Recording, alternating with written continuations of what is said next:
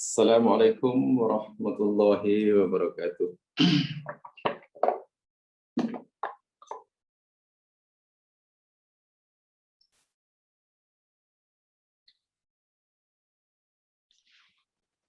Innal hamdalillah nahmaduhu wa nasta'inuhu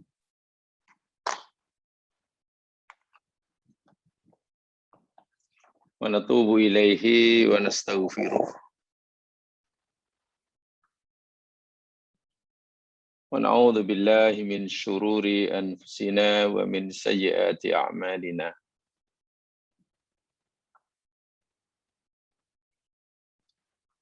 May yahdihillahu fala mudhillalah wa may yudlil fala hadiyalah.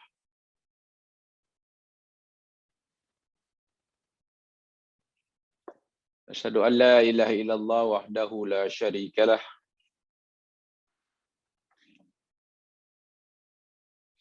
wa asyhadu anna Muhammadan abduhu wa rasuluh.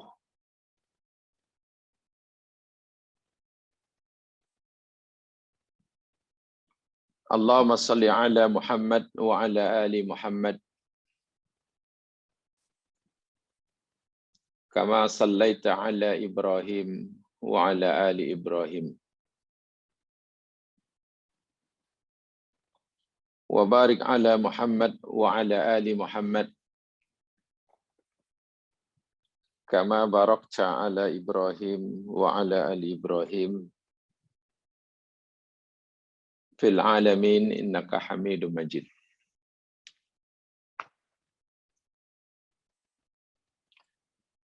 Bismillahilladzi la yadurru ma'asmi syai'un fil ardi wala fis sama' wa huwas sami'ul alim. Bismillahilladzi la yadurru ma'asmi syai'un fil ardi wala fis sama' wa huwas sami'ul alim. Bismillahilladzi la yadurru ma'asmihi syai'un fil ardi wala fis sama' wa huwas sami'ul alim.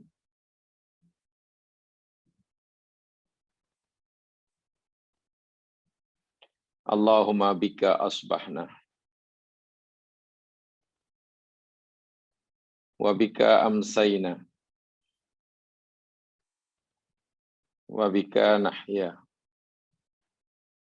wa bika namut wa ilaikan nusyur.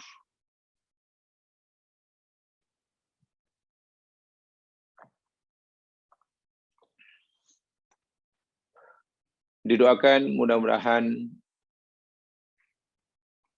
semuanya dalam keadaan sehat walafiat jasmani dan rohani. Diberi kekuatan Islam, iman, dan ihsan.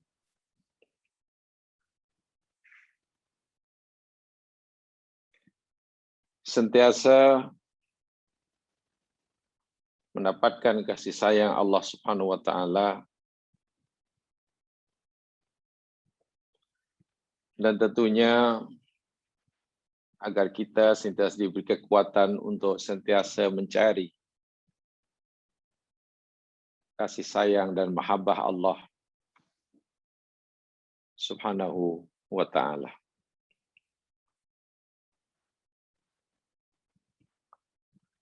Pagi hari ini insya Allah kita akan teruskan siri kajian kita berkaitan dengan mahabbatullah wa rasulih.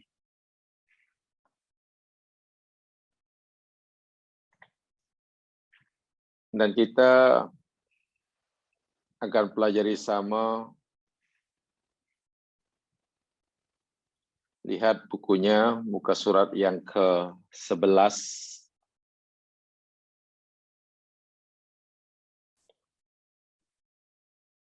Muka surat yang ke-11, ayat yang kedua.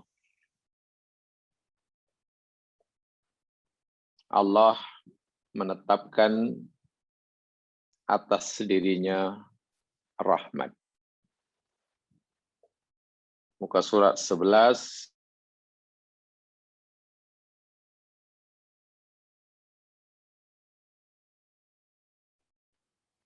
Ayat yang ke-12.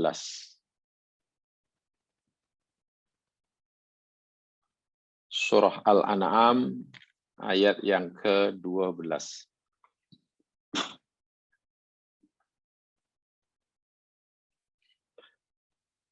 A'udzu billahi minasyaitonir rajim.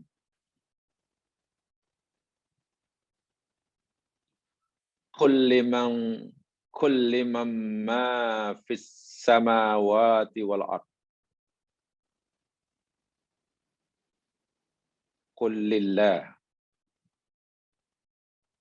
Kataba ala nafsihi rahmah. La yajma'annakum ila yaumil qiyamati la raiba fih. Alladzina khasiru anfusahum fahum la yu'minun.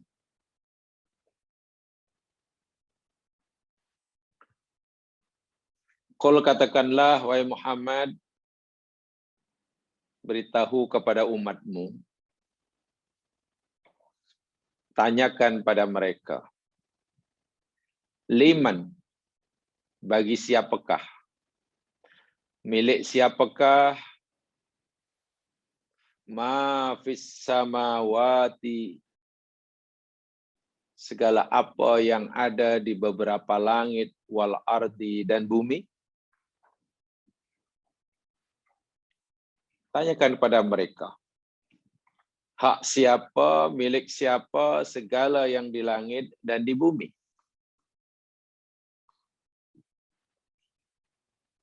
Jika mereka tidak menjawab,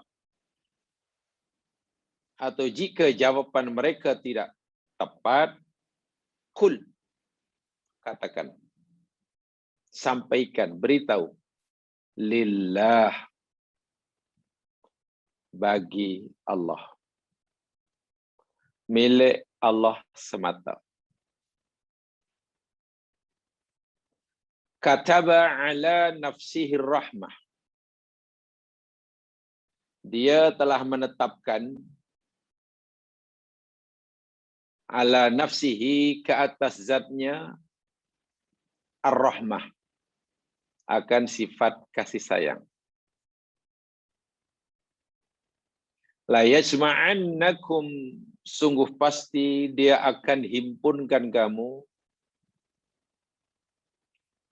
la yaumil qiyamah, hingga hari kiamat, la raiba fihi, tiada keraguan sedikit pun padanya. Alladzina khasiru anfusahum, orang-orang yang mereka telah merugikan akan diri mereka sendiri, atau orang-orang yang telah melakukan perbuatan yang dengan perbuatan itu diri mereka sendiri merugi, fahum la yu'minun, mereka tidak beriman.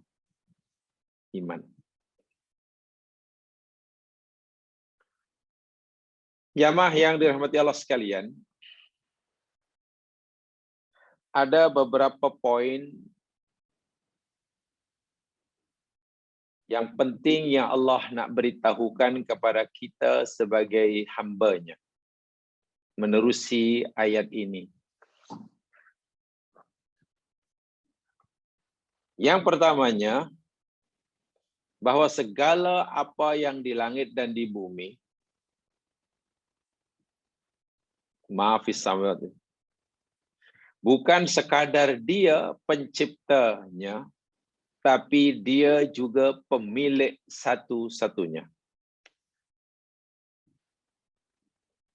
Ini penting untuk kita yakinkan diri kita masing-masing. Allah bukan sekadar pencipta satu-satunya akan segala apa yang di langit dan di bumi, tapi dia juga pemilik satu-satunya. Dan dia tidak berkongsi kepemilikan. Apalagi tukar hak milik. Sekali tidak. Perkara ini penting untuk kita yakinkan diri kita masing-masing. Sehingga apabila kita melihat segala yang ada di hadapan kita, di tangan kita, bahkan diri kita, bukan milik kita, tapi ada pemilik sebenarnya,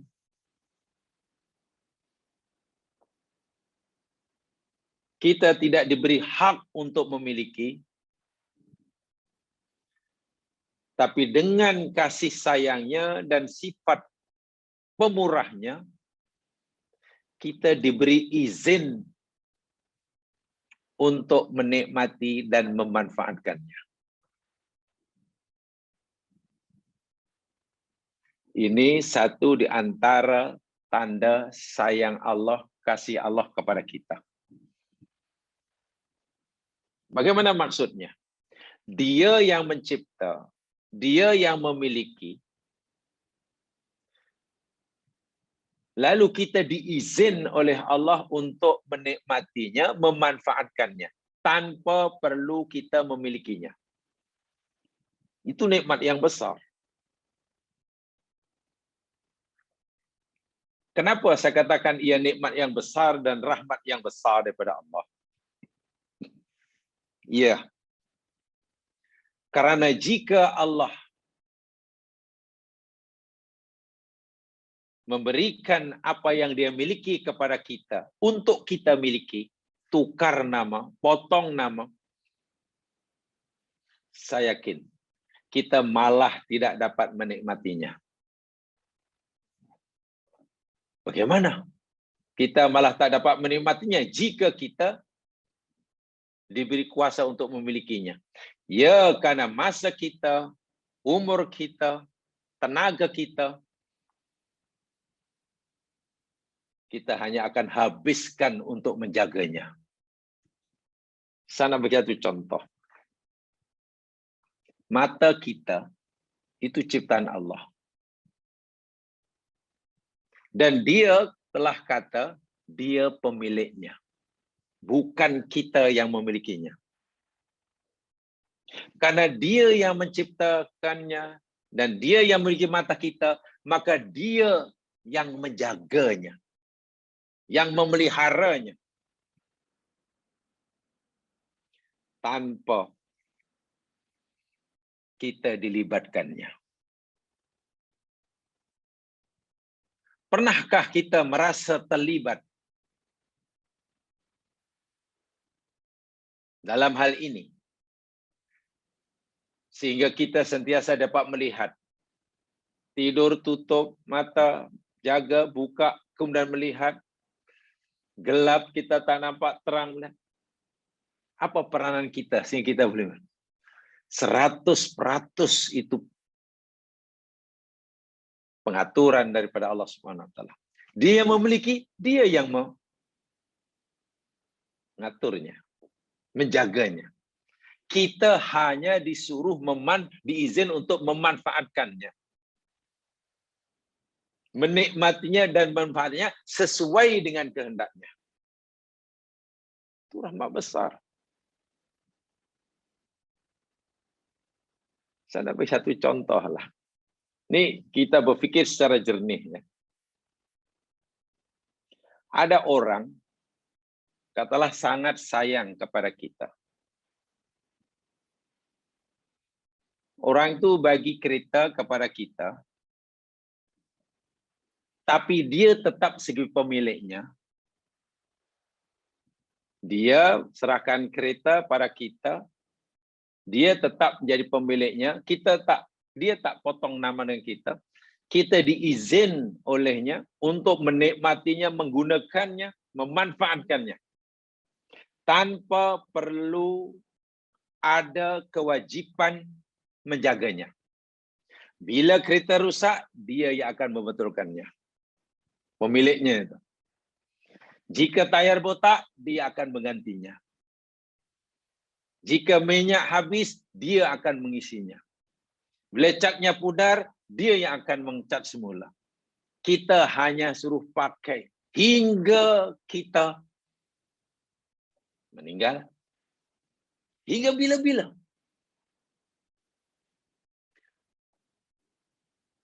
Atau, mana yang kita pilih? Pilihan kedua. Orang bagi kita kereta. Kemudian kereta itu diserahkan pada kita kepemilikannya. Potong nama. Akhirnya kita boleh menggunakannya karena itu milik kita. Tapi kita kena jaga. Kalau kotor, kita kena basuh. Kalau rusak, kena betulkan. Tak ada minyak, kena...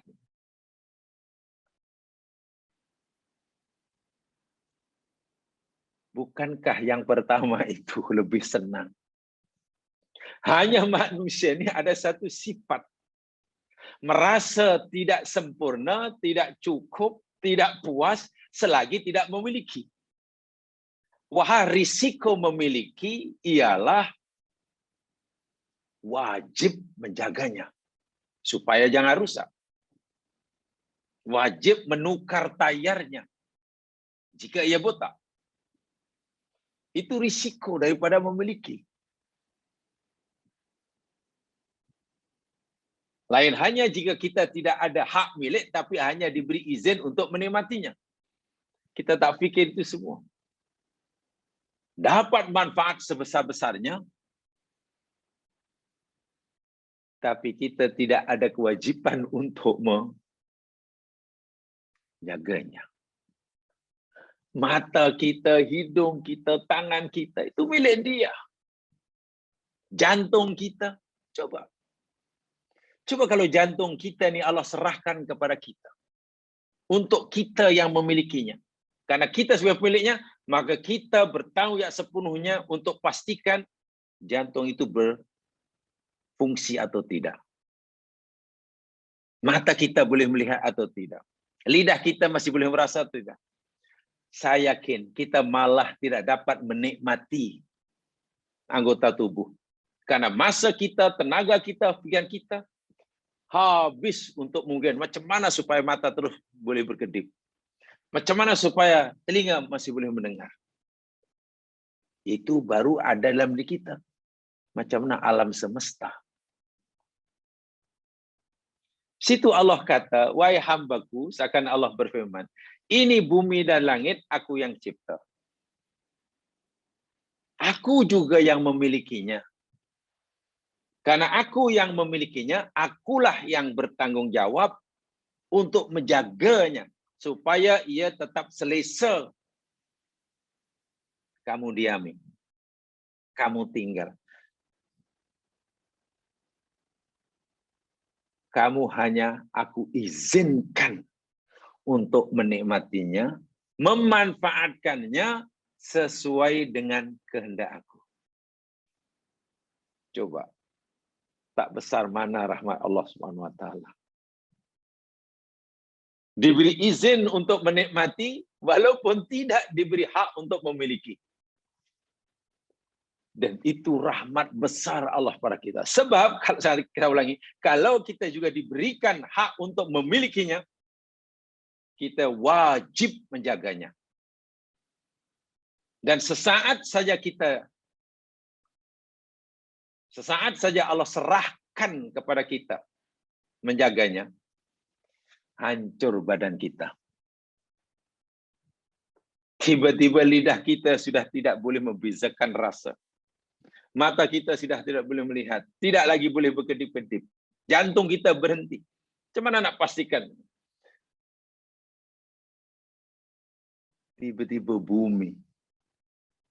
Kalaulah Allah SWT serahkan pada kita untuk mengurusnya, mengaturnya, karena kita ingin memilikinya. Allah kata, okey.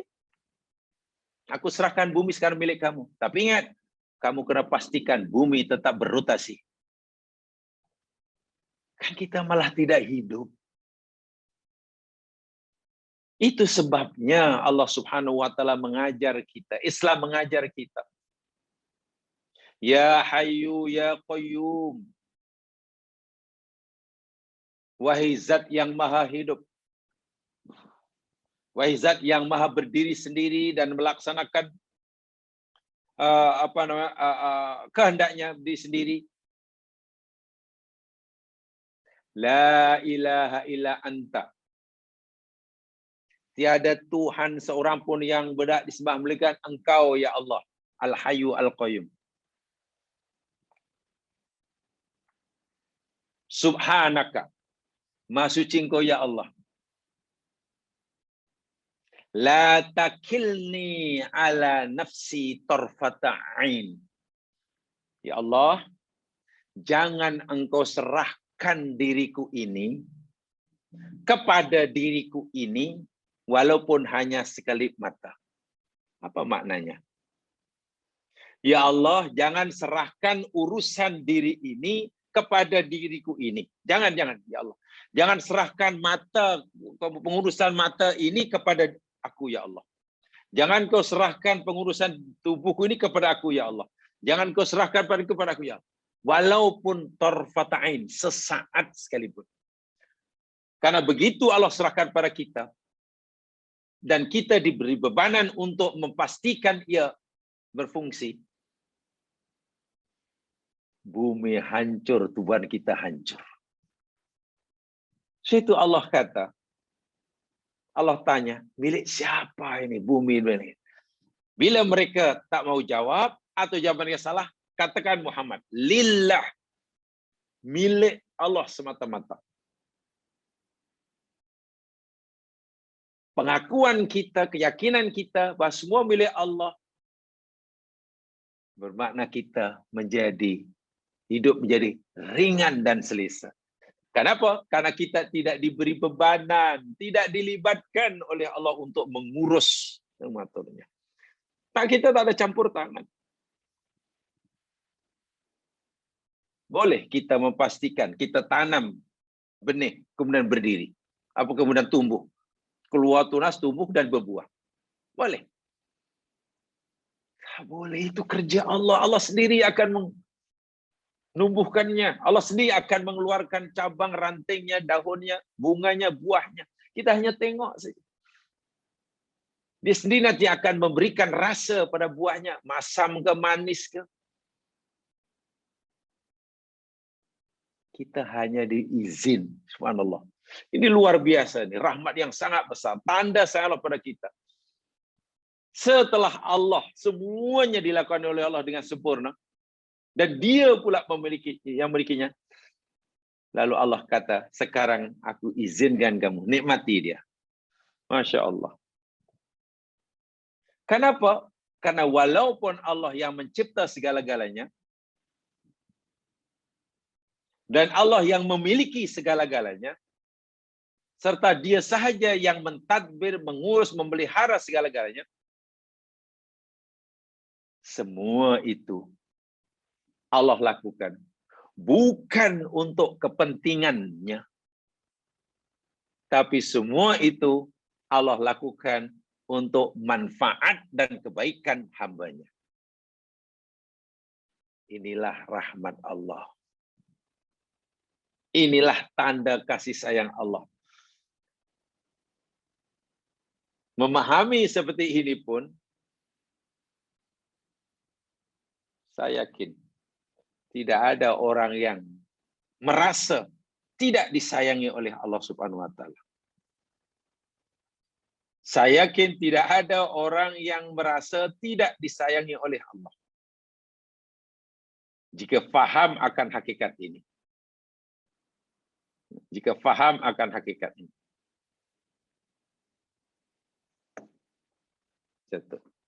Sebab itulah,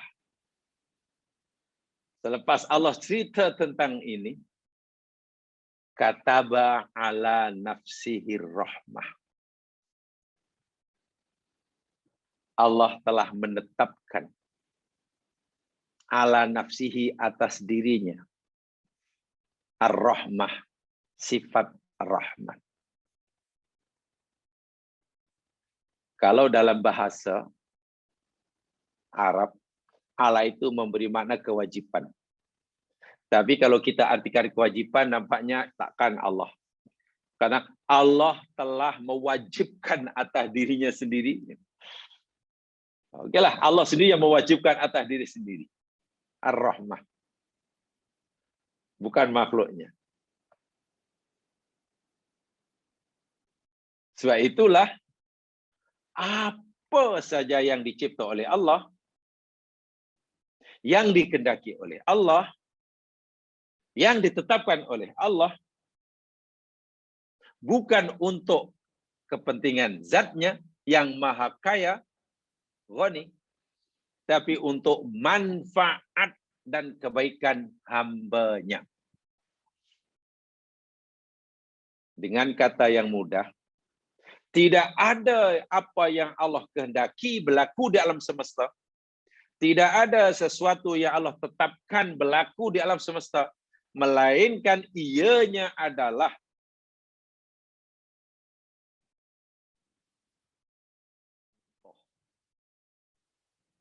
kasih sayangnya kepada hambanya.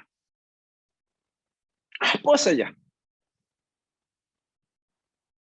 Kita sehat ke, kita sakit ke, kita senang ke, kita susah ke, kita kemarau ke, kita musim hujan ke, kita untung ke, kita rugi ke. Semua yang berlaku atas kehendak Allah itu untuk manfaat hambanya, sebagai tanda kasih sayangnya. Nah, ini telah kita pelajari pada siri-siri yang lepas, saya tidak perlu mengulang. Memahami kasih sayang Allah kepada kita, jika apa yang Allah tetapkan buat kita sesuatu yang menyeronokkan, sesuatu yang kita inginkan, itu mudah. Itu senang memahami rahmat Allah ketika itu.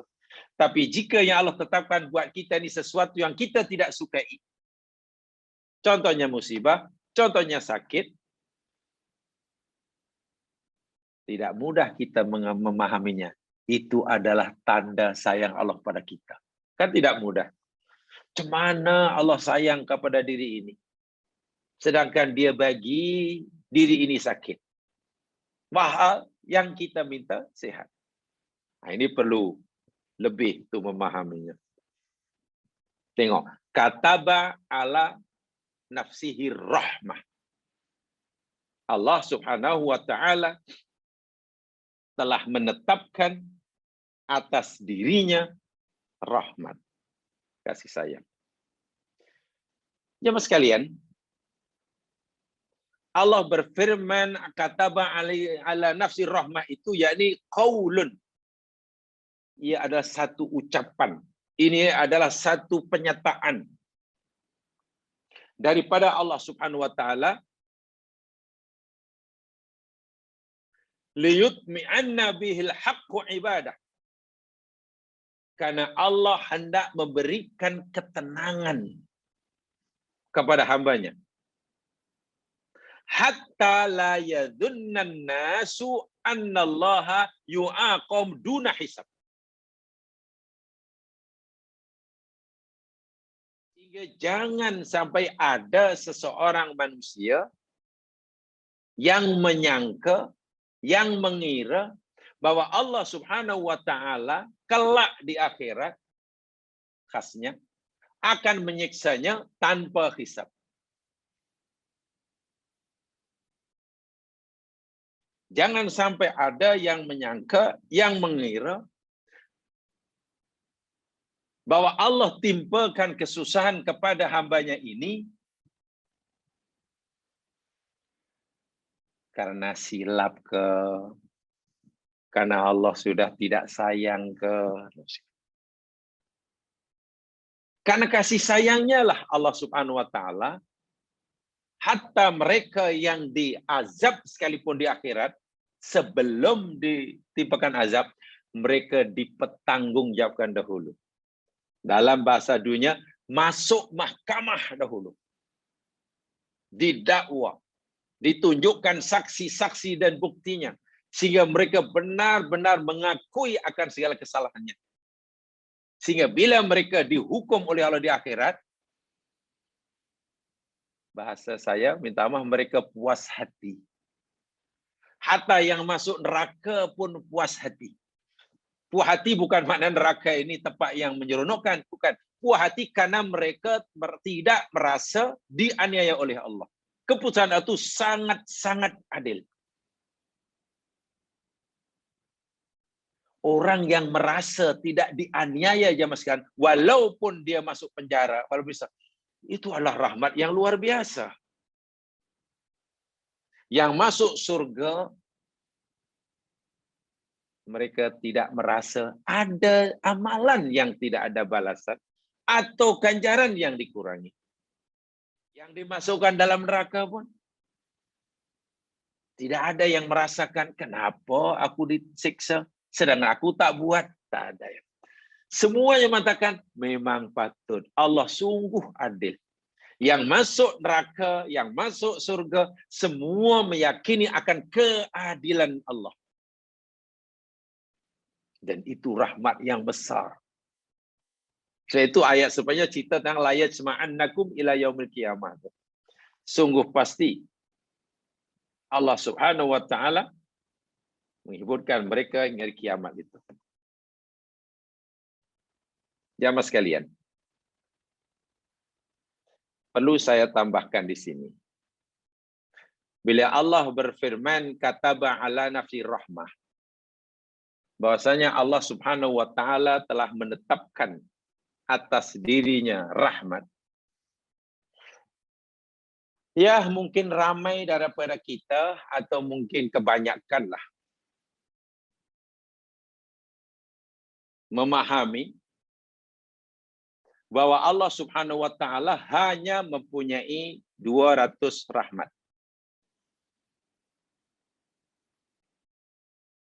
Mungkin kebanyakan kita memahami bahwa Allah Subhanahu wa taala hanya mempunyai 200 rahmat. Sebagaimana hadis Nabi sallallahu alaihi wasallam. Hadis Abu Hurairah riwayat Bukhari Muslim. Nabi bersabda, "Innallaha khalaqar rahmah yauman khalaqaha mi'ata rahmah." Sesungguhnya Allah Subhanahu wa taala menciptakan rahmat pada saat Ia menciptakan ada 100. Ia tahan 99 dan Dia berikan satu rahmat. Dan satu rahmat itu berkongsilah seluruh makhluk di muka bumi. Hadis ini tidak salah. Hadis ini sahih. Riwayat Bukhari Muslim. Tidak ada yang salah dalam hadis ini. Tapi mungkin pemahaman kebanyakan kita yang perlu dibetulkan. Janganlah hadis ini kita artikan bahwa Allah hanya mempunyai 100 rahmat. Karena Allah berfirman, sesungguhnya Allah, karena Nabi bersabda, Allah mempunyai 100 rahmat. 99 disimpan di akhirat satu. Jamaah rahimakumullah.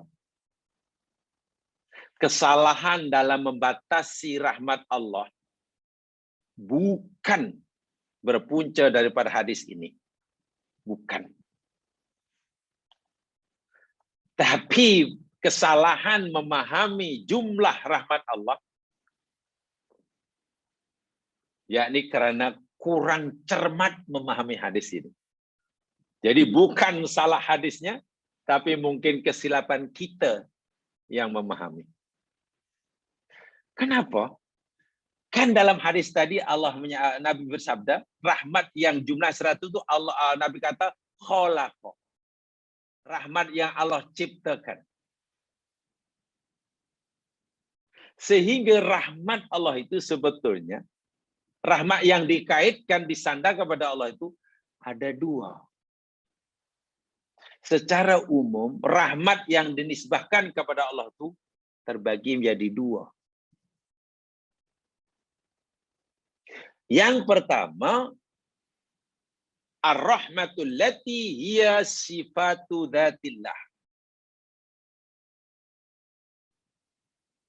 Yang pertama, yakni rahmat Allah yang menjadi sifat bagi Allah. Sifat dzatiyah Allah. Ar-Rahman. Itu kan sifat dzatiyah Allah. Sifat dzatiyah Allah. Jadi bila Allah berfirman, kataba alai nafsi rahmah, di situ rahmah sifat dzatiyah Allah. Zat Allah itu sendiri adalah rahmat. Dan rahmatnya memancar ke seluruh alam semesta. Semuanya dapat.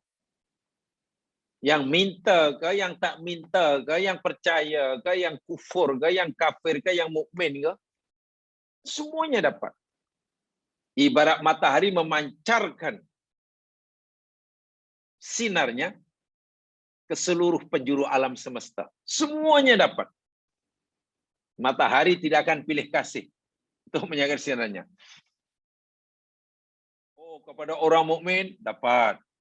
Orang kafir tak dapat. Mana ada? Mana ada? Jadi rahmat yang pertama, rahmat bukan sifat dzatiyah Allah. Wahiyya qadimah. Wahyu makhluqah. Ia bersifat qadim. Dan ia bukan ciptaan Allah. Mutlaqah. Ia bersifat mutlak. Bukan muqayyad. La yaqtaru 'addun wal ihsa, yang kita tidak mampu menghitung dan mengiranya. La tajzi'ah wala taqsim, tidak dibagi-bagi. Ini rahmat yang bersifat Allah. Minta ke tak minta, dapat. Oksigen ni jamaah sekalian. Itu rahmat Allah yang Allah berikan melalui sifat dzatiyahnya. Sebab itu semua dapat. Semua dapat. Yang kafir ke, yang mukmin ke, semua dapat. Rahmat yang keluar, yang mancar daripada sifat Ar-Rahman-nya. Dan ini jumlahnya tidak terkira. Bukan hanya 100. Tak terkira jumlahnya. Alam semesta dicipta oleh Allah tadi. Bumi, langit dan isinya milik Allah. Dan semua, dan ianya memberi manfaat pada seluruh penghuninya. Dan manfaat ini tidak mencari yang disukai saja. Semuanya dapat. Ini namanya rahmat yang menjadi sifat dzatiyah Allah. Sementara rahmat yang Nabi sebutkan yang ada 100 tadi dalam Bukhari Muslim. 99 Allah simpan di akhirat, 1 di itu. Itu rahmat jenis yang kedua. yakni rahmat yakni sifat fi'liyah Allah. Ini berkaitan fi'liyah, perbuatan Allah. Berkaitan dengan masyiah. Jika Allah kendaki adalah, bila tidak, tidaklah. A, B sakit. A dan B sakit. C sakit semuanya. Semuanya berusaha untuk sembuh, berubat. Penyakitnya sama. Pergi berubat di tempat yang sama. Doktor yang merawatnya sama. Memohonnya kepada Tuhan mungkin sama-sama memohon. Apa yang diminta? Sehat dan sembuh. A dibagi sembuh. Dalam 1 minggu saja. B selepas sebulan sembuh. C minta sembuh. Malah meninggal. Nah, sembuh di sini, sehat di sini. Inilah rahmat yang kaitannya dengan masyiah Allah. Jika Allah kehendaki, orang itu dapat. Jika tidak, tidak. Nah, rahmat yang kaitannya dengan perbuatan Allah, dengan masyiah Allah, inilah yang Nabi nyatakan ada 100 jenis rahmat. Rahmat yang kaitannya dengan perbuatan Allah. Sama-sama belajar. Belajarnya sama, cikgu sama. Kenapa yang seorang pelajar, seorang berjaya, satu tidak? Sama-sama berusaha, kenapa yang satu berjaya, satu tidak? Sama-sama bekerja rajin, kenapa yang satu dapat untung banyak, yang satu rugi? Ini rahmat. Dapat atau tidak bergantung kepada masyiah Allah. Kehendak Allah. Yang pertama, memang itu sifat Allah. Minta ke tak minta, dapat. Itu sifat dzatiyah. Contohlah hidup umpamanya sembahyang. Allah itu Al-Hayyu, hidup. Hidup itu sifat dzatiyah. Tak ada kaitan dengan masyiah. Kita tak boleh kata Allah Subhanahu Wa Taala Maha hidup. Jika Allah kehendaki hiduplah. Jika tidak, tidak. Tak boleh. Itu sifat dzatiyah Allah. Sifat Allah Al-Qadir, Allah itu Maha berkuasa. Ialah jika Allah menghendaki, dia kuasalah. Kalau tak kehendaki, tak kuasa. Tak boleh. Tidak boleh. Berbezalah yang sifat fi'liyah, yang kaitan dengan masyiah. Contohnya banyak Razzaq. Allah itu yang Maha memberi rezeki. Jika Allah kehendaki, bagi dia rezeki. Jika tidak, tidak. Jika Allah kehendaki, Allah lapangkan rezeki orang itu. Bila tidak, Allah sempitkan rezekinya. Tengok. Bab rezeki, Allah punya sifat ar-Razzaq, itu kaitan dengan masyiahnya, perbuatannya. Bila Allah kehendaki, ada. Bila tidak, tidak. Beza dengan Allah Maha Kuasa. Jika Allah kehendaki, dia kuasa. Jika tak menghendaki, tak kuasa. Tak boleh. Allah Maha mengetahui. Kalau Allah menghendaki, mengetahuilah. Kalau tak, tak boleh. Mencipta. Itu kaitan dengan masyiah. Jika Allah kehendaki, Allah akan cipta. Jika Allah tak kehendaki, Allah tak cipta. Kenapa benda itu ada? Karena Allah menghendaki ada. Kenapa dia itu tidak ada? Karena Allah tidak menghendaki ada. So, ada atau tiada sesuatu kaitannya dengan masyiah. Jadi saya ulangi. Sebetulnya rahmat Allah itu tidak terkira jumlahnya. Sangat-sangat banyak. Tidak terkira. Habis bagaimana Nabi bersabda rahmatnya ada 100, inilah perbezaan pendapat itu bukan karena hadisnya. Karena mungkin kita kurang cermat memahami ayat kalimat hadis. Dalam hadis tadi Nabi bersabda khalaqa. Maknanya ada rahmat Allah yang rahmatun makhluqat. Khalaqaha li'ibadi. Ada rahmat Allah yang Allah ciptakan buat hambanya. Bila Allah kehendaki ada, adalah. Bila tidak, tidak. Dan ada pula rahmatun yang menjadi sifat Allah Subhanahu wa Ta'ala. Bukan dicipta. Sifatnya qadim. Bersifat mutlak. Hambanya akan mendapatkannya. Walaupun tidak memintanya. Walaupun hamba itu orang yang tidak mempercayainya. Tidak mempercayainya. Sekalipun. So, faham ya? Jadi, bila Allah berfirman, kataba ala nafsihi rahmah, kita tidak mampu nak mengira seberapa banyak agaknya rahmat ini. Sedangkan rahmat Allah yang Allah ciptakan, yang kaitannya dengan sifat fi'liyah Allah, yang hanya satu saja yang Allah berikan kepada makhluknya semasa hidup di dunia, itu pun kita sudah tidak mampu membilangnya.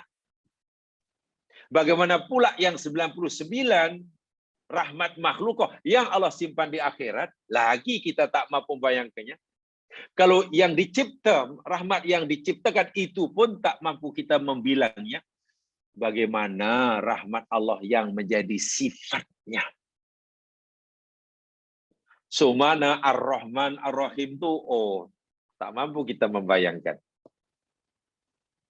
Sebab apa yang kita bayangkan tentang Ar-Rahman Ar-Rahim, Allah masih lebih daripada itu.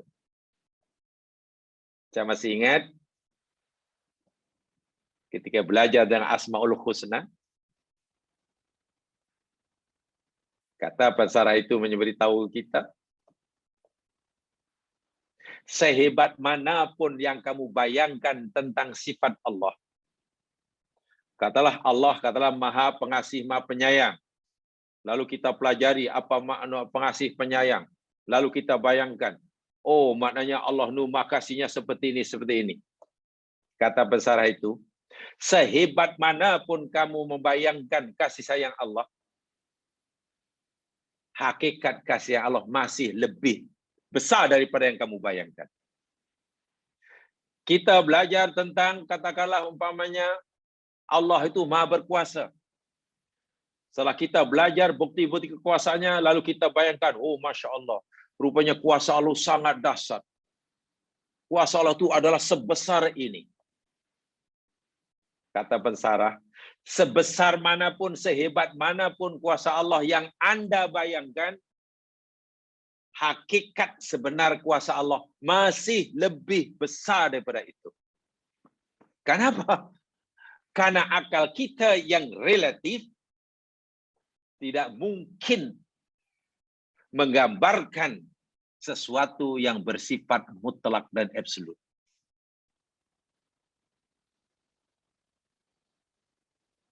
Mungkin ada yang masih ingat, saya pernah menyatakan, kata salafus soleh, ketika berpesan tidak memahami Asmaul Husna, kalau saya tidak salah, salah satu yang bercakap yakni Abu Bakar As-Siddiq. Dia pernah berkata begini maksudnya, sesiapa yang kenal Allah, pasti ia bisu. Dan siapa yang tak kenal Allah, hendaklah ia juga membisu. Macam mana maksudnya itu? Siapa yang betul-betul kenal Allah, lidahnya jadi keluh. Tak boleh cakap. Karena setiap yang dicakapkan, yang dibayangkan, Allah masih lebih dahsyat daripada itu. Kan diam. Orang yang benar-benar kenal Allah, dia kata, lidahnya malah jadi bisu. Tak boleh cakap. Habis kalau cakap pun belum dapat menjelaskan Allah yang maha dahsyat. Jadi akhirnya, ya diam. Itu orang yang benar-benar kenal Allah. Yang tak kenal Allah, lebih baik membisulah. Yang tak kenal Allah, memang lebih baik tak payah cakap. Sebab itulah adab orang-orang dahulu. Bila mereka belajar tentang nama Allah, mengenal Allah, setelah mereka coba memahaminya, menjelaskannya, dengan kadar kemampuan yang paling maksimum yang mereka miliki, mereka selalu mengatakan subhanallah, subhanallah, subhanallah. Dia sentiasa subhanallah. Karena maksudnya apa? Ya Allah, jika sekiranya apa yang hamba-Mu bayangkan tentang dirimu tidak sebagaimana hakikat yang sebenarnya, Maha suci Engkau ya Allah daripada apa yang hamba-Mu bayangkan. Sebab apa yang hamba-Mu fikirkan itu masih jauh daripada sempurna, masih jauh daripada hakikat sebenarnya Engkau ya Allah. Itu subhanallah. Astagfirullahaladzim. Itu bagi orang yang kenal Allah pun banyak istighfarnya, banyak subhanallah. Karena mereka paham, mereka yakin. Akal manusia yang bersifat relatif tidak mungkin dapat memahami benda yang sifatnya mutlak. Malaikat pun subhanaka la ilma lana. Nabi Muhammad SAW pun subhanaka la nuhsi sana'an alaika anta kam athnaita ala nafsi. Maha suci Engkau ya Allah, hamba-Mu tak mampu nak menghitung puji-pujian atasmu. Jika engkau suruh hambamu ini memuji engkau dengan pujian yang layak bagi engkau, sebagaimana pujian yang engkau berikan pada diri engkau sendiri. Minta maaf, kami tak mampu ya Tuhan. Itu manusia yang paling kenal Allah, namanya Muhammad Rasulullah. Bagaimana kita tiba-tiba inilah Allah? Oh, tak boleh. Inilah adabnya kepada Allah ya. Nabi pun mengakui tak mampu. Tidak memberi pujian kepada Allah. Wahai Nabi itu kekasih Allah, orang yang paling kenal pada Allah. Beliau boleh menyatakan, baginda menyatakan, ya Allah, Maha suci Engkau ya Allah. Hamba-Mu ini tak mampu hendak memberi puji-pujian kepadamu sebagaimana pujian yang Engkau berikan padamu. Pujian yang paling layak bagi dirimu, yakni pujian yang Engkau berikan sendiri untuk dirimu. Pujian hamba-Mu ini ya Allah yang lemah ini, walaupun hamba-Mu ini pujian yang terbaik buat kamu, tapi mungkin masih jauh daripada layak. Tapi apakah daya hamba-Mu tidak mampu melakukan lebih daripada itu? Yang kurang itu ya Allah, astagfirullah, ampuni dosa kami. Maha suci Engkau ya Allah, jika pujian hamba-Mu tak layak, belum layak. Jadi bila kita memahami rahmat yang seperti ini, ya, gimana ya nak mengira? Paling tidak kita hendaklah begini kesannya. Memberi kesan pada diri kita. Tidak ada peristiwa yang berlaku di alam semesta, yang besar maupun yang kecil. Yang besar maupun yang kecil. Melainkan itu adalah bukti rahmat Allah kepada kita. Untuk kebaikan kita. Hanya sahaja, saya ulangi lagi sekali, hanya sahaja. Tidak mudah kita memahami, merasakan kasih sayang Allah kepada kita jika apa yang Allah tetapkan buat kita sesuatu yang kita tak suka. Itu saja. Tidak mudah. Bukan mustahil, tidak mudah. Kalau kita disuruh merasakan, meyakini bahwa Allah itu sangat menyayangi kita, apabila yang Allah tetapkan buat kita itu sesuatu yang kita sukai, itu senang. Itu senang cerita, mudah. Tapi tidak sebaliknya. Apa saja peristiwa yang menimpa kita ya Mas Lan? Apa saja? Kulliman ma fis samawati wa kullillah, itu begitu maksudnya. Waqad yakhtarul insanu asya. Nah, baik. Ini agak lebih sedikit. Allah memberitahu pada kita bahwa bumi, langit, dan isinya itu adalah semata-mata milik Dia. Makna selain Allah tidak punya hak. Angin bergerak, matahari berpusing, bumi bergerak, semuanya tuh. Dia yang mengurusnya. Karena Dia yang menciptanya, Ia yang memilikinya, maka Ia yang mengaturnya. Bila selai daun yang kering itu gugur daripada pokoknya, Dia. Berapa kelajuan sehelai daun tadi melayang-layang sebelum jatuh ke tanah. Bila jatuh nanti dia membujur ke mana? Bertegak ke kanan, ke kiri, terbalik ke apakah? Apa punca dia tertanggal sehelai daun tadi pada walaupun berlaku di tengah hutan belantara pada malam gelap gulita. Dia yang mengetahui kita langsung tidak dilibatkan sama sekali. Sebab itulah jamaah sekalian, kata Imam Asy'arawi, Al-ahdatsu thalathatun. Peristiwa yang berlaku di alam semesta ini, yang ada di bumi, langit, dan kita inilah terbagi menjadi 3. Peristiwa yang berlaku di alam semesta ini, yang menjadi milik Allah, di bawah kuasa Allah, di bawah tadbir Allah semata-mata ini, terbagi menjadi 3. Al-ahdatsu thalathatun. Yang pertama, hadatsun yaqa'u 'alaika. Yakni ma yaqa'u 'alaika laisa laka fihi tiyarun. Peristiwa yang terjadi yang menimpa atas kita, alaika.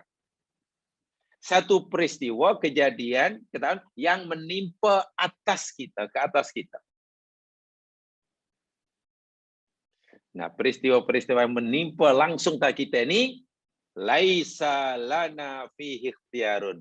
Kita tidak punya pilihan sama sekali. Kita tidak dilibatkan sama sekali. Sama sekali. 100% itu kehendaknya. Perubahan siang yang berlaku pada kita ini banyak sekali jemaah sekalian. Banyak sekali. Pusingan bulan pada paksinya berotation di samping berevolusi mengelilingi bumi.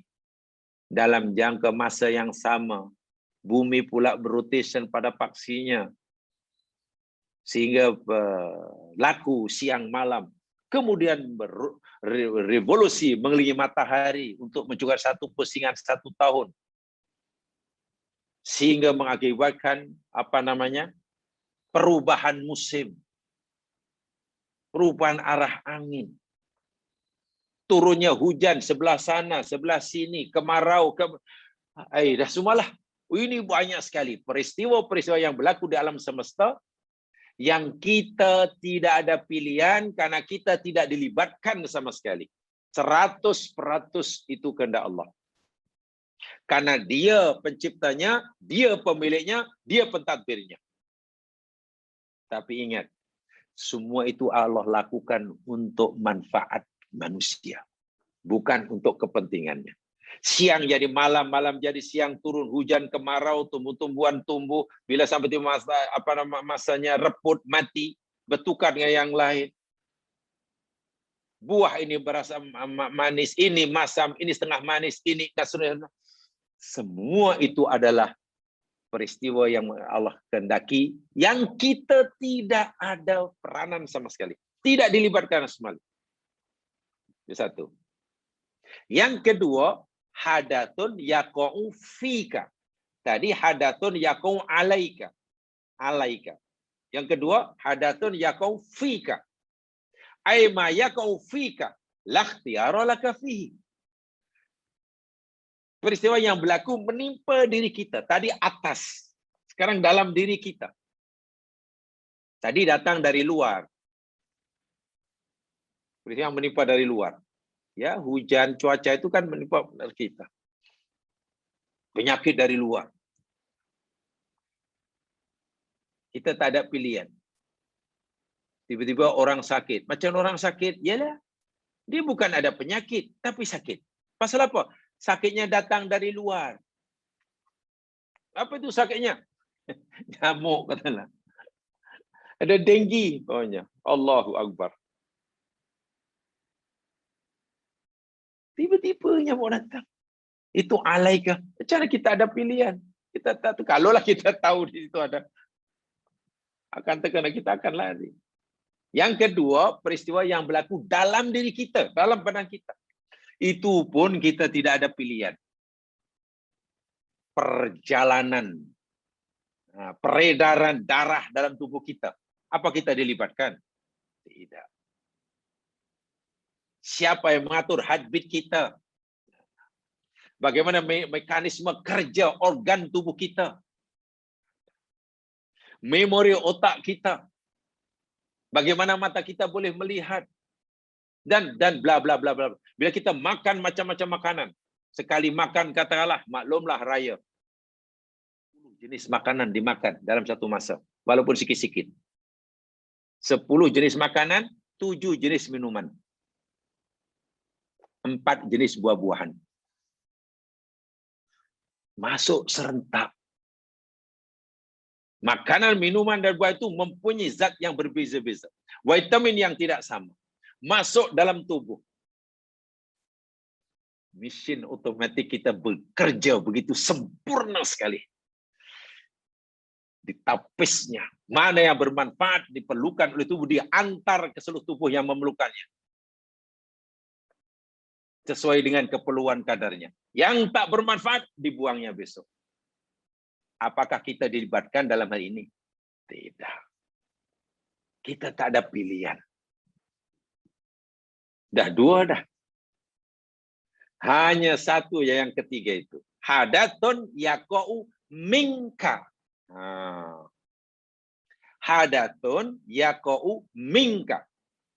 Peristiwa yang berlaku minka, dari kita. Kita penyebabnya. Kita puncanya. Tadi kita tak ada pilihan karena menimpa kita dari luar. Itu kehendak Allah Subhanahu wa taala. Yang kedua, dalam diri kita. Kita pun tak ada pilihan. Yang ketiga ini peristiwa, kejadian yang berlaku, tapi minka, dari kita. Puncanya kita. Ini sahajalah yang kita ada pilihan. Nak buat ke, tak buat ke, minta maaf orang itu. Nak jadi baik ke, tak jadi baik ke, mencuri ke, tak mencuri ke. Ini pilihan kita.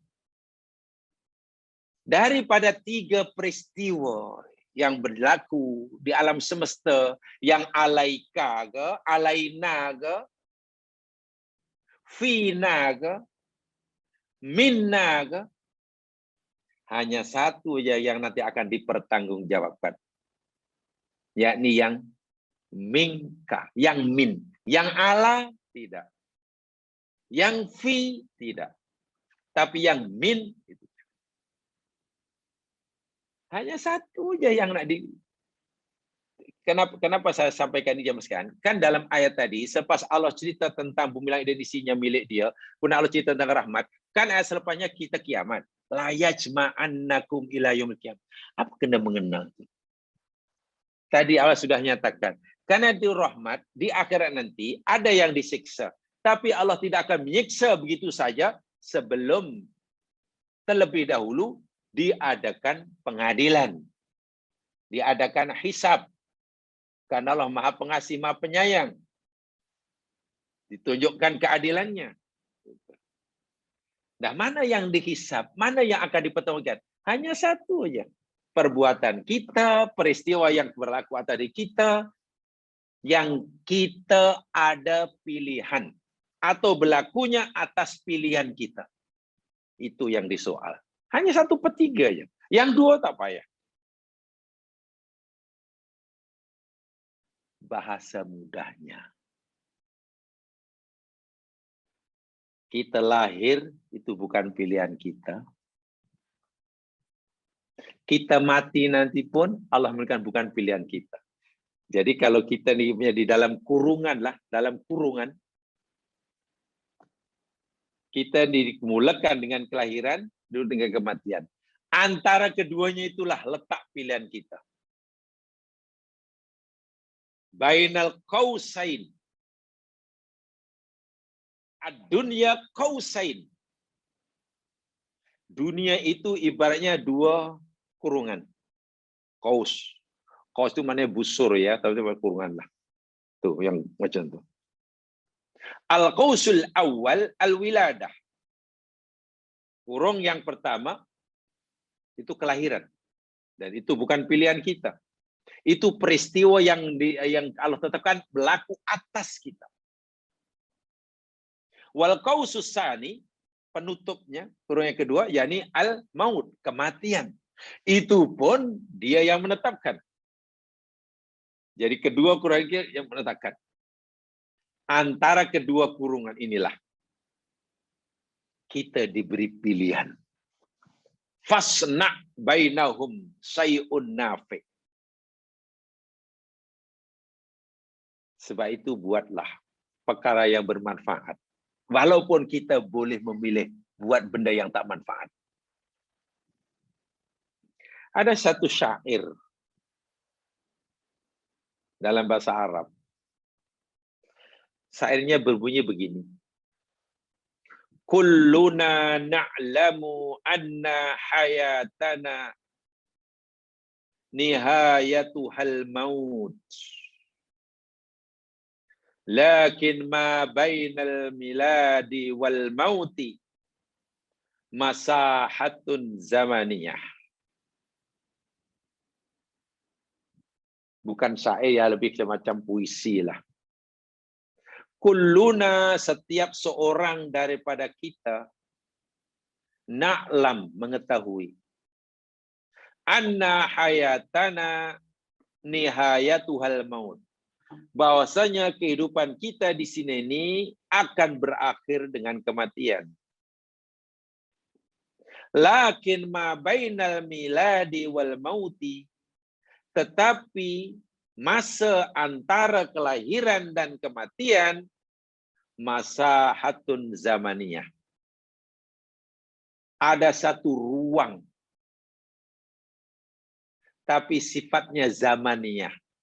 Sifatnya sementara. Ada ruang, ada masa yang sifatnya sementara. Ada tempat yang terhad, tolat au qasurat. Sama ada panjang ataupun pendek. Sama ada lama ataupun sekejap. Nah, ketika kita berada di antara kelahiran dan kematian, kita berada di ruang masa yang sekejap itulah, ia imtihanun likullin minna. Itu adalah ujian terbesar bagi tiap-tiap seorang daripada kita. Nujibu alaihi fid dunya wa na'rifu natijatahu fil akhirah. Ketika kita berada ruang yang sekejap sementara itu, kita menjawab suruhan. Ada suruhan, kita jawab, kita lakukan. Ada larangan, kita tinggal. Bila itu sikap kita semasa kita berada di antara dua kurung tadi, antara kelahiran kematian itu, na'rif natijatahu fil akhirah. Kita akan mengetahui natijahnya di akhirat. Terpulang bagaimana sikap kita. Apa pilihan yang kita nak pilih semasa kita berada di antara ruang antara kelahiran dan kematian. Nak buat yang disuruhkah atau nak tinggal? Nak tinggal larangannya kah atau nak langgar? Natijahnya nanti akan diketahui kelak. Bila kita sudah melepasi al-maut. Wa bi'aidina anatafawwaq an-nafsa. Terpulang. Di tangan kitalah pilihan itu berada. Sama ada kita memilih untuk berjaya, mendapat natijah yang memuaskan, au nafsal, atau kita memilih gagal,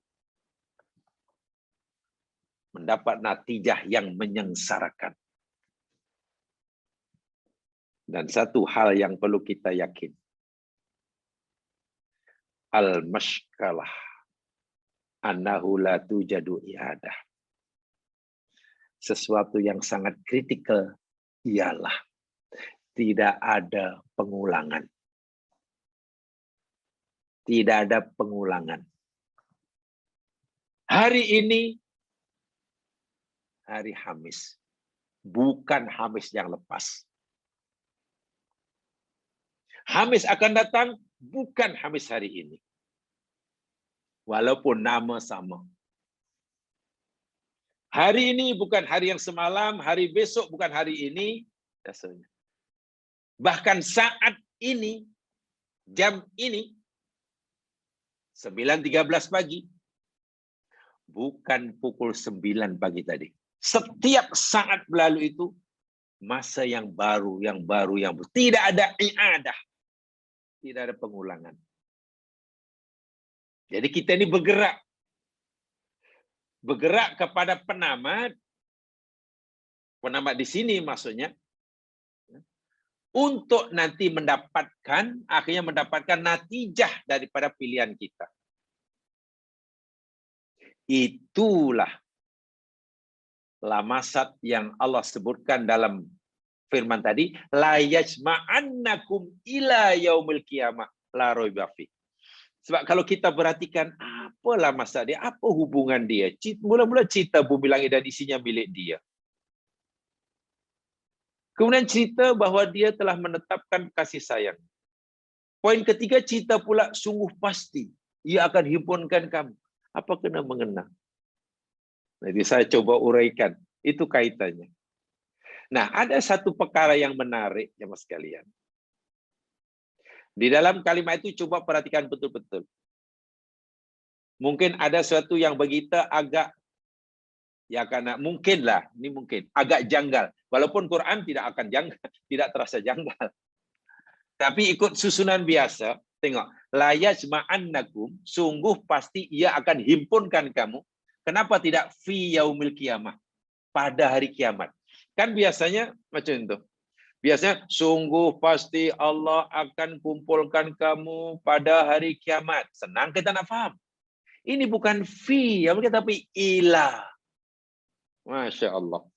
Kenapa ila yaumil qiyamah? Bukan fi. Ya mas sekalian, ini membawa pengertian yang tersendiri. Tadi saya nyatakan, bahwa manusia ini sebenarnya ada satu daurul hayah namanya. Daur itu gerakan berpusing. Daurunnya pusing.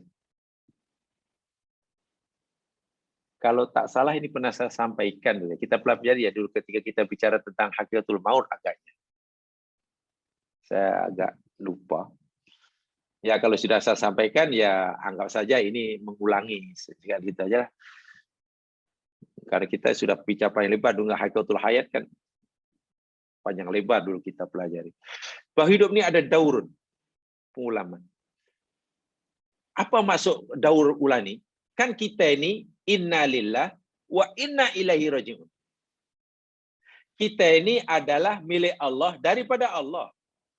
Dan akan kembali kepada Allah.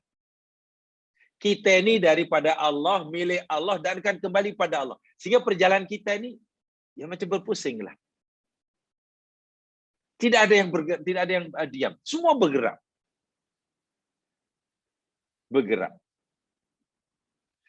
Dan ada satu istilah, ya mas sekalian, ya. Ada satu istilah, ya ini peringkat yang pertamanya, kita ini peringkat nuzul dahulu. Marhatun nuzul. Marhatun nuzul yakni mahalah turun. Kan daripada Allah minal a'la, daripada tempat yang tinggi, bahasa mudah lah. Dahulu kita kan manusia ini kan Adam dulu kan di surga. Surga itu tempat yang sangat tinggi. Tinggi tak payah dibayangkan tinggi lawannya rendah karena terlalu jauh. Ya oke lah, bahasa mudah. Dahulu Adam ini berada sangat dekat dengan Allah. Gitu aja lah. Sangat dekat dengan Allah. Makomnya. Karena di surga. Dan berdialog dengan Allah. Kemudian Adam turun. Hubud, nuzul. Karena kesalahannya. Maknanya pada tempat yang atas ke tempat yang bawah. Tempat yang sangat dekat dengan Allah. Turun ke tempat yang paling jauh daripada Allah. Namanya dunia. Turun.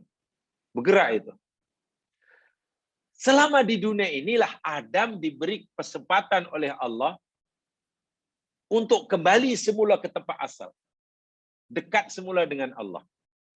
Jadi su'ud balik. Su'ud. Balik. Su'ud. Diberi pilihan. Dan Adam berjaya.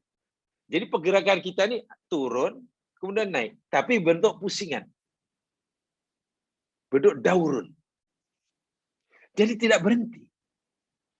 Nah, begitu kita datang ke dunia jamaah sekalian, begitu kita datang ke dunia ini, lahir ke dunia, kita bergerak. Bergerak untuk menuju destinasi yang telah ditetapkan. Destinasi yang telah dikandung oleh Allah, yakni berjumpa Allah, berdiri seorang orang di hadapan Allah untuk dipertanggungjawabkan amal kita. Bila itu nanti hari kiamat. Jadi kita ini bergerak, jalan. Marhalah demi marhalah. Sebab itulah la yasma'ukum ila yaumil kiamat. Jadi kita ini sebenarnya sedang dalam proses dihimpunkan. Memang kita belum dihimpunkan, tapi kita masih dalam proses. Ila itu bukan adanya proses. Sikit. Dahulu tidak ada, masuk alam rahim, kemudian ke dunia masuk alam barzah. Nah, ini namanya ilah. Sampailah nanti dibangkitkan oleh Allah Subhanahu wa taala. Itu kenapa Allah kata ila yaumil kiamah, bukan fi yaumil kiamah. Jadi tobat. Jangan pikir kita ini sedang berhenti, tidak. Kita bergerak. Dan pergerakan kita makin dekat kepada destinasi yang dituju. Itu pasti, semua orang. Hanya Allah beri pilihan kita. Bila nanti kamu sudah sampai destinasi yang kami tetapkan, jumpa aku, terpulang pada kamu. Pilih yang macam mana. Kamu ingin menjadi hambaku yang berjaya, atau kamu memilih jadi hambaku yang merugi. Pilihan di tangan kita. Semua kita akan sampai ke sana. Yang kafir ke yang mukmin akan sampai yaumil kiamah. Dan bergerak. Ada yang sudah mendahului kita. Ya, tentulah orang tua kita atau nenek kita sudah lebih ke depan karena sudah berada di alam barzah.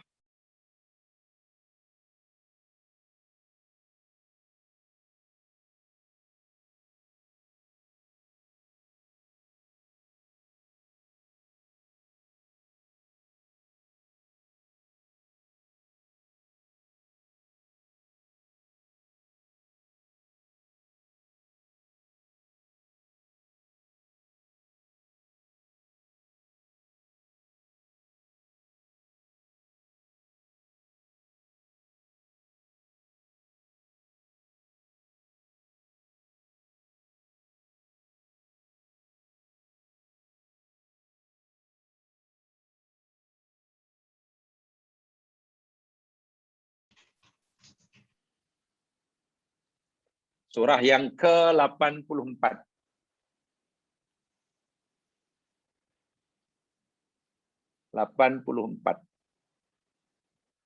Ayat yang ke-19.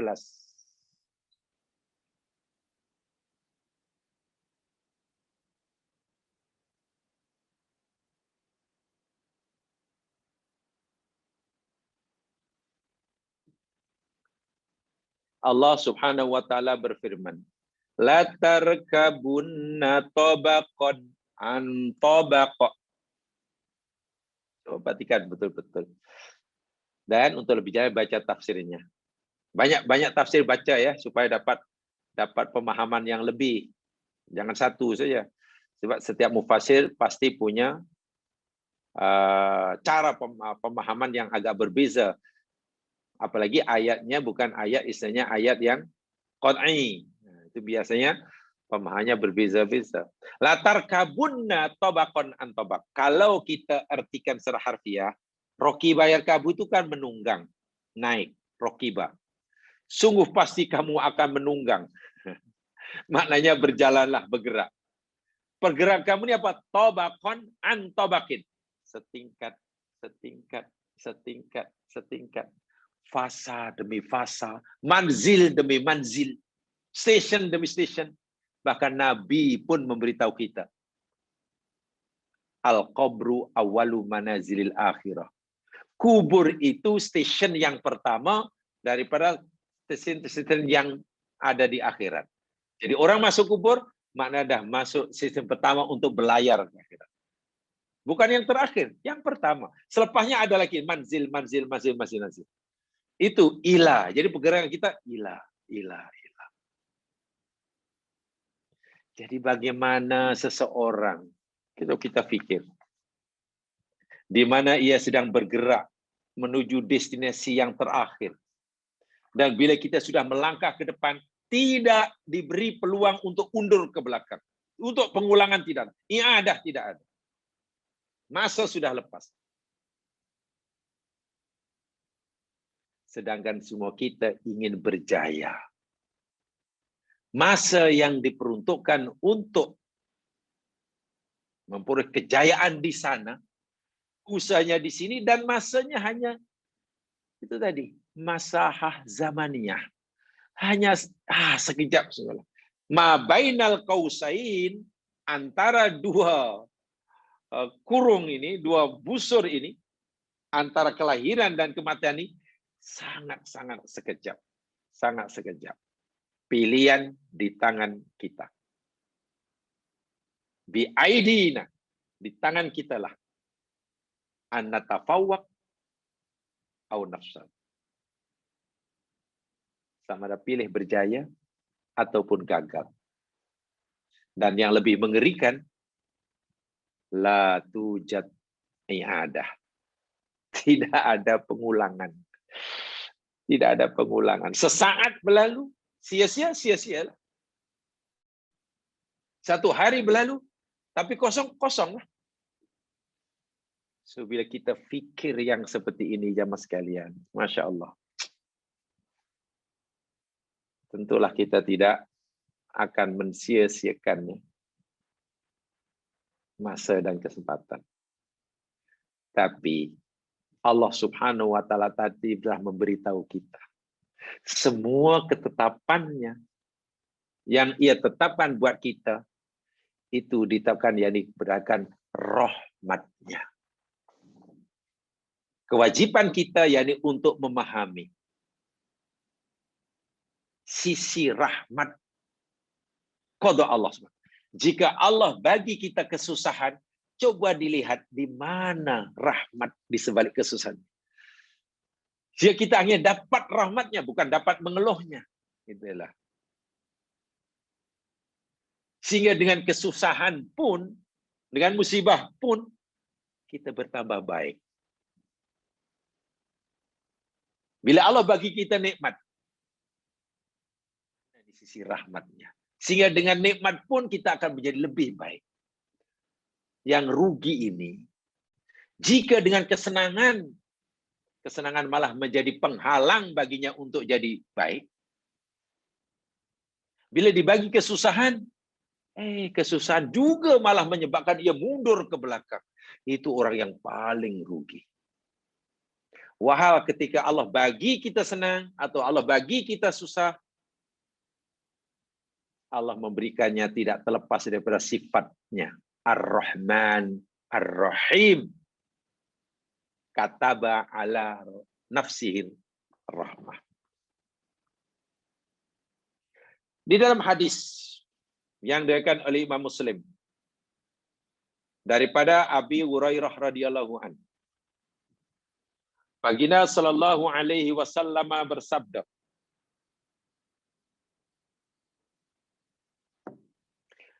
"Lamma qadallahu al-khalqa", tatkala Allah Subhanahu wa taala menetapkan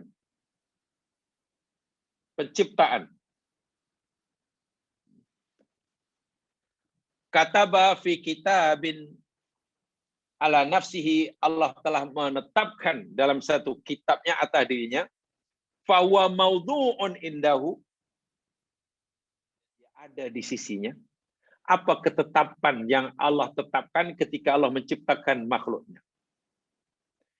Inna rahmati taglibu ghadabi, kata Nabi. Sesungguhnya rahmatku mengalahkan kemurkaanku. Sesungguhnya rahmatku mengalahkan kemurkaanku. Jika ada hamba Allah yang berbuat dosa, Allah ada hak untuk menyiksanya. Tapi Allah juga ada hak untuk mengampunkannya. Allah ada hak untuk menunjukkan sifat adilnya. Dan Allah juga ada hak kebebasan untuk menunjukkan sifat pengasihnya. Sesiapa yang berdosa, hamba yang berdosa, lalu Allah menunjukkan sifat al-adlu, sifatnya yang ma'adil, orang itu akan diberi balasan dengan siksa. Balasan siksa pada orang berjahat itu adalah Allah sedang menunjukkan sifat adilnya. Bukan sedang menunjukkan sifat marahnya ya, bukan sifat adilnya. Sementara orang yang berbuat dosa, jika Allah menunjukkan sifat ar-Rahmannya, al-Ghafurnya, Allah akan ampunkan dia. Berdasarkan hadis Nabi, inna rahmati taghlibu ghadabi, bila ada orang yang berbuat dosa itu, Allah selalunya menzahirkan, menunjukkan, memberitahu kepada hamba itu, aku ini maha pemurah, maha pengampun, mintalah ampun. Aku ini maha pengasih, maha pengampun, minta ampunlah. Allah beritahu yang itu kepada yang buat salah. Itu yang sering yang Allah selalu sampaikan. Bukan kepada orang buat salah, sudah sekali buat salah, ingat, aku ini maha keras siksa. Oh tidak. Allah lebih suka menunjukkan sifat Al-Ghafur Rahimnya. Jadi, kalau dalam bahasa kita ya, subhanallah, ini gunakan bahasa kita. Boleh marah, tapi juga boleh memaafkan. Nah, gitulah. Ada keinginan untuk marah ada keinginan untuk memaafkan ada. Ini guna bahasa kita ya, jangan dengan di nih. Sebab saya tidak tahu yang pasti bahasa yang tepat bagi Allah Subhanahu Wa Taala. Saya gunakan ini untuk bahasa kita. Karena kita punya keinginan untuk marah dan ada hak untuk marah pada orang itu. Kita juga ada keinginan dan juga ada hak untuk memaafkan. Kita akan lebih memilih untuk memaafkan daripada melepaskan kemarahan. Kita lebih tenang hati kita bila kita dapat memaafkan kesalahannya daripada kita membalasnya dengan siksaan. Kalaulah kita punya sifat itu, kan kita orang yang hebat itu. Allah lebih daripada itu. Ghalabat rahmati ala ghadabi.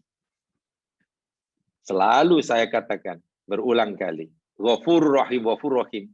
Kesimpulannya, Allah lebih suka memasukkan hambanya yang berdosa ke dalam surganya kerana taubatnya daripada mengazabnya di dalam nerakanya kerana dosanya. Kenapa? Rahmat Allah itu dapat mengalahkan kemurkaannya. Terpulang pada kita untuk memanfaatkannya atau mengabaikannya. Ya mas sekalian, untuk sementara itu saja yang saya sampaikan berkaitan ayat ini. Masih panjang yang belum saya sampaikan, khas tentang ayat ini saja. Apalagi tentang khosiro pun juga belum, masih banyak. Yang benar pada Allah jua, silap kelemahan diri sendiri, Nabi yang dimaafkan. Mari untuk dengan bacaan tasbih kifarah dan surah wal asri.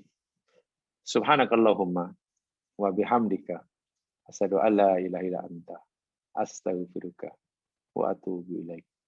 A'udzu billahi minasyaitonir rajim wal 'ashr. Innal insana lafi khusr illa alladziina aamanu wa 'amilus shalihaat wa tawashaw bil haqq wa tawashaw bis sabr. Assalamu alaikum warahmatullahi wabarakatuh.